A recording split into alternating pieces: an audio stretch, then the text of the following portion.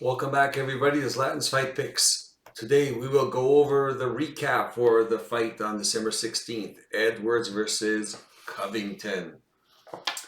We've got the board right here. We did pretty good. We did good and we did bad. It all depends on how you look at it. As far as the big long parlays, it didn't happen because of the way of where the losses happened. But individually betting the fights, we made a little bit of money. I know I bet on all of them, so I made a little bit of money on the bets themselves. The parlays kind of got busted because the main part of it was up here. But nevertheless, we'll go over all the fights. We'll go over in order according to what we've done up here. First, most confident, Rakhmonov. Rakhmonov, well, as expected, he won. He beat Wonder Boy. But you know what? Wonder Boy put up a pretty good fight. He's still an excellent striker. Rakhmonov, being intelligent, he decided not to strike with him as much and kind of try to take him down. Rakhmonov's takedowns are not really that great. I think he's got to work on it. He's good in the clinch and he can eventually get you to the ground. And once he gets you to the ground, he's really good on the ground. But his actual takedowns, they definitely need a lot of work. I mean, saw some holes in his game. I guess against Jeff Neal, he had problems taking Jeff Neal down, and we accounted it I accounted it for Jeff Neal having good takedown defense, which he does. But guess what? He had a hard time taking down Wonder Boy. Mind you, he's got good takedown defense too. But still, at this level, he's got to be able to take him down because he's going to possibly run into somebody more dangerous with better takedown defense, and he might have some problems. But I mean, he managed to get it done and submitted Wonder Boy. I think he was the first one to submit Wonder Boy. But yeah, there's definitely a weakness in his game would be the takedowns. He's got to work on. But that was correct. Individually, it's not worth betting it. I had him in a small parlay when it was like minus 550. But, you know, anything over 400, certain fighters especially, is not worth it. Minus 650 wasn't bettable, individually anyways. Next fight, Pantoja, minus 190. You know, he was high confidence. I figured that, you know what, he already beat Royval. Royval's going to come in a little hungrier, a little harder, but I think overall Pantoja had enough to beat him out. And again, Pantoja, I mean, the big question mark with him is how fast he gasses, but it seems like he gets tired, but he just kind of pushes through it.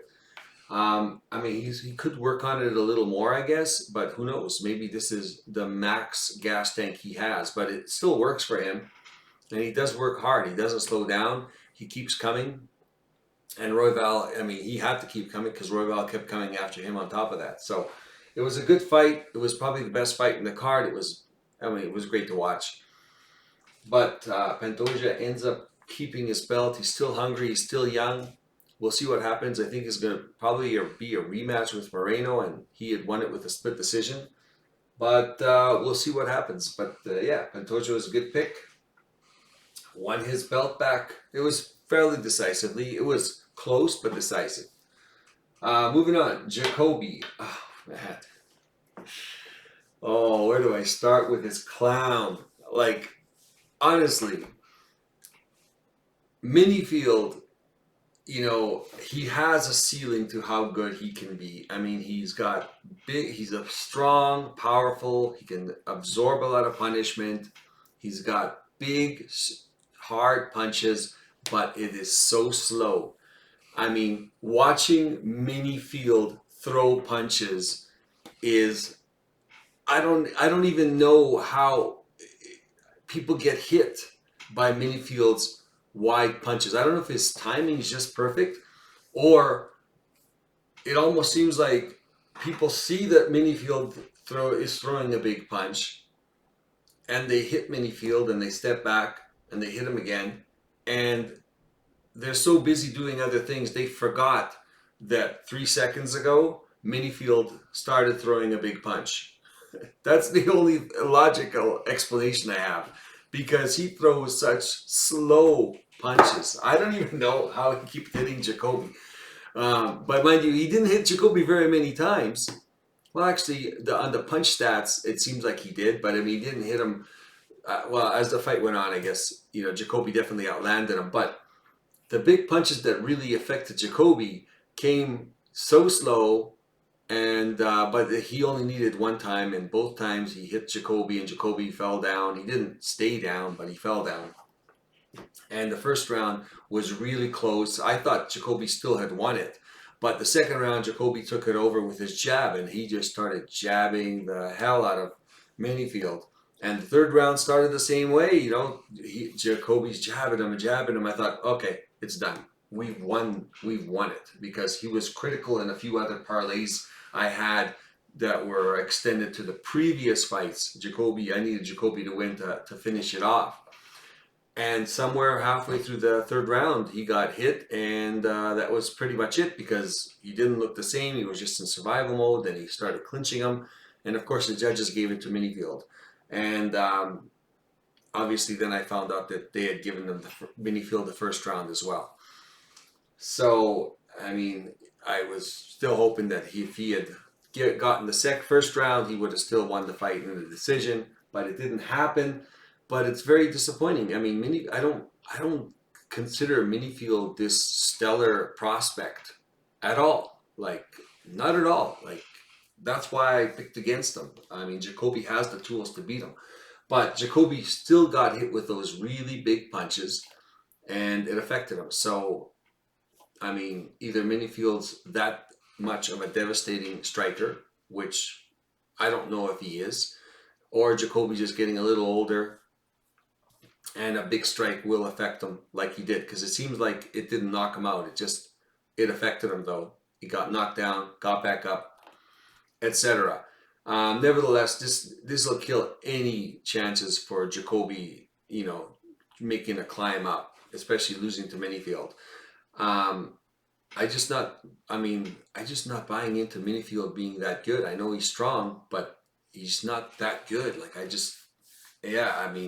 I'm scared that I'm not seeing it, or I'm being biased, because I really want to fade Minifield with the next guy, right? So, but anyways, that was a big disappointment with Jacoby. Big letdown for me. With Mitchell, who is a high confidence, he that's not disappointing, because the only way that Mitchell would lose this fight to Emmett is by the way he lost. Emmett hasn't cold-cocked somebody like that since 2019 or 2020. He's been throwing that same punch, trying to knock somebody out like that for the last 3-4 years. And he finally got it. It took him this long. I gotta admit, Mitchell should have been paying more attention to these overhands, because that's the overhand right's the only shot that Emmett throws that he should be really worried about. And in the replay, you could see Mitchell, he was kind of staying away, but he really wasn't shooting a lot of takedowns. He was keeping it on the feet. I mean, he should have started shooting takedowns and never stopped. It almost seemed like when Emmett ducked down and his overhand was coming, like if you see it in the slow motion, Mitchell was literally above Emmett's head, ready to punch down on him on the temple, not thinking that there's a right hand still swinging, coming over the top. Like, I just thought he would take a little more care for that right hand. The only thing he had to do is watch out for that right hand, and probably as a priority, that's the first thing he should have been doing before even throwing punches, is where's that right hand? Because it takes a while to get there. And if you see the replay, literally he was above him, ready to strike him, and he forgot that Emmett 2 seconds ago had thrown that right hand, and is still coming behind Emmett, because literally Emmett's head was down and the overhand was coming behind him, literally like a windmill. So it's a shame. I hate to see somebody get knocked out as bad as he did, but I mean, he should have been paying more attention. This is the only thing you have to do is not hit by that right hand, and he probably would have, gotten to the point of taking a few shots and maybe wearing Emmett down and get, winning those rounds. But I can't blame the guy. The guy went in there, he tried, He got hit with the perfect shot. You know, it's as good as a knockdown or knockout that I've seen for a while. And it was a little scary how long he was down, but you know, I can't hate on that. Jacoby, I mean, I could hate on him. That performance just it sucked, and I think it's more how he was taking the shots. I think Jacoby wasn't taking the shots well. Minifield would hit him, and he would he would totally dominate or win the round because it affected Jacoby so bad. But as far as like the actual striking, I mean, Jacoby was jabbing him up like crazy, right? Anyways. Mad at him, not mad at him. Moving on, Feely. I mean, Feely, we thought he was going to take him down. That was his path to victory. He ended up just knocking the guy out. And just goes to show how tough Feely is. And also, this is the first really good striker, UFC level striker, in the kind of the mid 20th ranking that Almeida's faced. And yeah, he got knocked out. So I think we know where his ceiling is. Moving on, Budai. Here's another guy. Oh man, I should have just not bet against Budai, and I kept saying that in my evaluation video. Is that Gaziev? I go out. Everyone's saying all this stuff about Gaziev, and every time I watch the regionals, I just didn't see the same thing. And I said, but it's happened before where people have seen it, I just don't see it. And I was getting all paranoid. I go, why is everyone talking about this Gaziev guy? Well, I'll tell you, well, he beat the crap out of Boudet. And I don't know if it's so much how good Gaziev was, but, you know, Boudet has totally been exposed that if you have a strong, aggressive heavyweight, he's going to just beat the crap out of him. And especially a big guy where Boudet can't use his sheer size to push him around and to muscle him and to clinch him and to keep him along the fence and everything else. So he wasn't able to do any of that. He just got pounded, and he survived. I mean, he didn't really do anything. He was just kind of surviving and covering up. Yeah, now we know where Boudet's ceiling is. He's definitely going to fight the real low end of the heavyweights. And that was disappointing as well, just because of where it ended up. I mean, I was disappointed at first with him, but it didn't matter because he screwed everything up above here anyway. But nevertheless, yeah, Boudet, I mean, against a strong, aggressive heavyweight, he needs a really slow, plodding, slow-paced, jab, punch, move very slowly type of fighter who's not very dangerous. That's the only guy he's going to be able to beat. And his BJJ is not that good. Obviously, he tried to take down Gaziev. It wasn't going to happen. I mean, he had a pretty good get-up game. He actually got up after he got taken down. But, yeah, it was a big letdown on that part. Aldana, you know, it was a close fight. She had no answer to those leg kicks from Rosa. But Aldana came through. Big, strong girl. Like I said, strong girl, strong as a horse. She absorbed all those strikes, and she came through, and she started getting stronger and stronger as the fight went on, and she won the decision. It was a great fight, one of the better fights of the night, that's for sure. I don't know if it was fight of the night, but it could have easily been fight of the night. Aldana did win, and again, Rosa's good. She made some huge improvements, but you know, Aldana's been on the top 5, you know, for a while. Like, I mean, she's at 35 years old. She's still in her prime. She's going to be a hard girl to beat. So that was a good pick. Moving on, Garbrandt. You know, there was a chance Keller could come in and test his chin, but Garbrandt, you know, to his credit, I mean, he didn't. His chin. There's no doubt that he's fast. He's fast. He can avoid punches. He's got great combinations. The key is what was going to happen is if he gets hit really hard. And Keller wasn't able to do that. He wasn't nearly quick enough. He couldn't keep up with him. The hand speed, and before Kelleher really got going, he got clocked and dropped, right? So, and Garbrandt still got power. He still got speed. No doubt about it. I mean, there's going to be higher level guys that he can do this to. The question comes in, what happens if he doesn't fight a perfect fight and the guy lands a really big shot on him? That's going to be the question. Because I have no doubt his hands are just as good now as they were before. There's no doubt about that. And he's going to be able to outpunch, outland everybody except for the guys in the top 10. he's that good. But the thing is who's going to land on him? Who's going to time him just right and land on him really hard? And that's when the problem's going. He's going to be a hard guy to bet on in the future because he's always got that. Well, what happens if somebody actually lands on him, kind of thing. But anyways, he was a mid-range confidence. I actually had him higher up here. Believe it or not, I actually moved him, which is one of the reasons why I was adjusting the board, just because of his chin.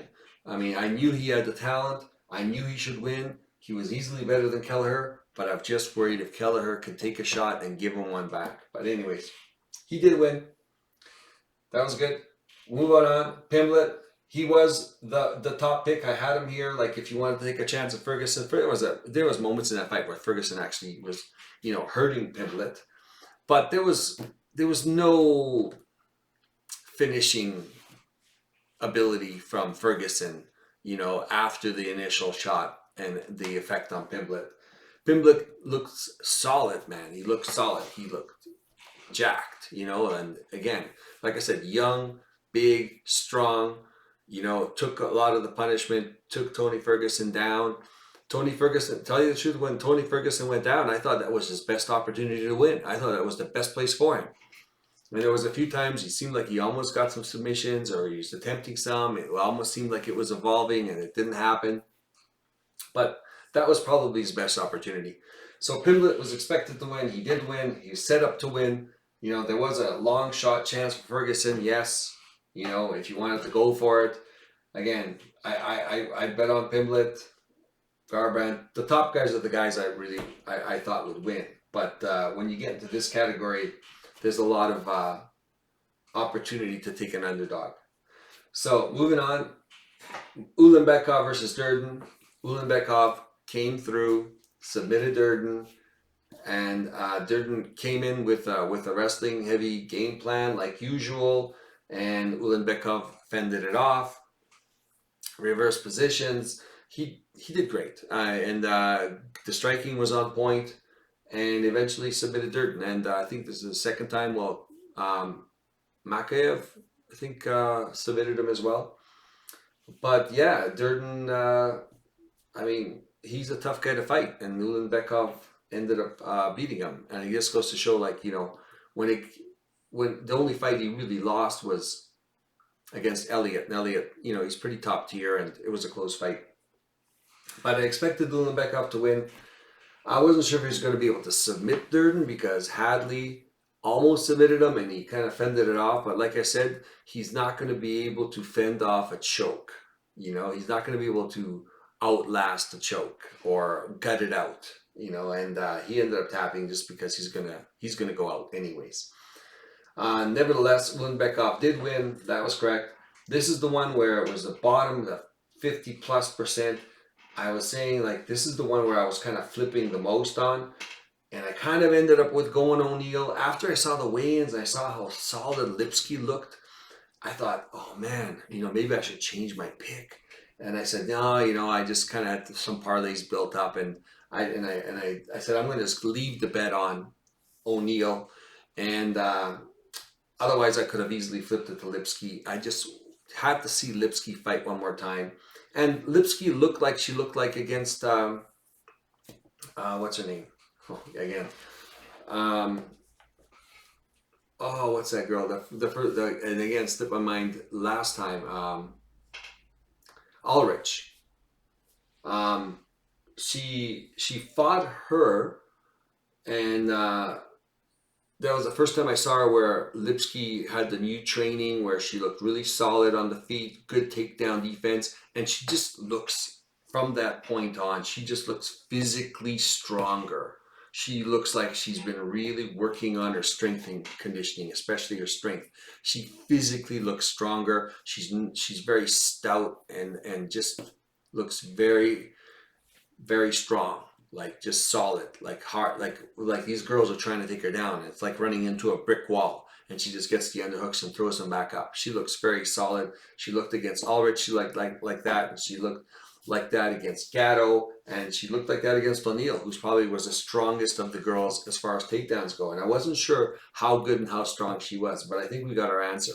She stuffed ONeal's takedown. She ended up submitting her. Yeah, I mean, she looked great. And this is why I was wondering, is I knew she was good, but I just didn't know how good she is. And we needed a higher level of competition, even though I said before, like, I think ONeal's a little overrated. I think her ranking is well overrated if you look at who she actually beat. But nevertheless, she's still pretty good, and Lipsky definitely dominated her. Like I said, this one you could have easily bet her with an underdog, and I was thinking about it. This is the least confident one. This is the one where I was kind of flipping back and forth. I was going to pick Lipsky, and I kind of flipped back to ONeal, and I thought, oh, okay, well, let's just stick with ONeal. But that was wrong on my part. You know, sort of stuck with Lipsky. Moving on, the 50-50, you know, I had thought Edwards was going to win. You could have bet Covington as well. I mean, and like I was saying, I was watching the fights, and somebody was saying, oh, Covington's going to win. I go, well, you don't know if this is the Covington you're thinking about from 2 years ago, because he is a little older. He's had a huge layoff. What's he going to look like? You know, the game, while those 2 years have come and gone, the game has evolved, and Edwards is still fighting. And as the evolution of the game keeps, you know, raising levels, he's going along with it. This guy just popping back in, and I don't know if he thought he was going to do exactly the same thing as he did before. But honestly, he looked terrible. He didn't even do anything. Everything everybody thought he was going to do, he didn't do till like the 4th round, and really put a lot of pressure on Edwards until the 5th round. And what he did then, he should have done in the 1st round if he was going to wear him out anyway. He looked terrible. You know, I mean, he looked somewhat effective in that 5th round, but I mean, he would have needed a lot more of that from the beginning to even be in the, you know, hard decision kind of fight.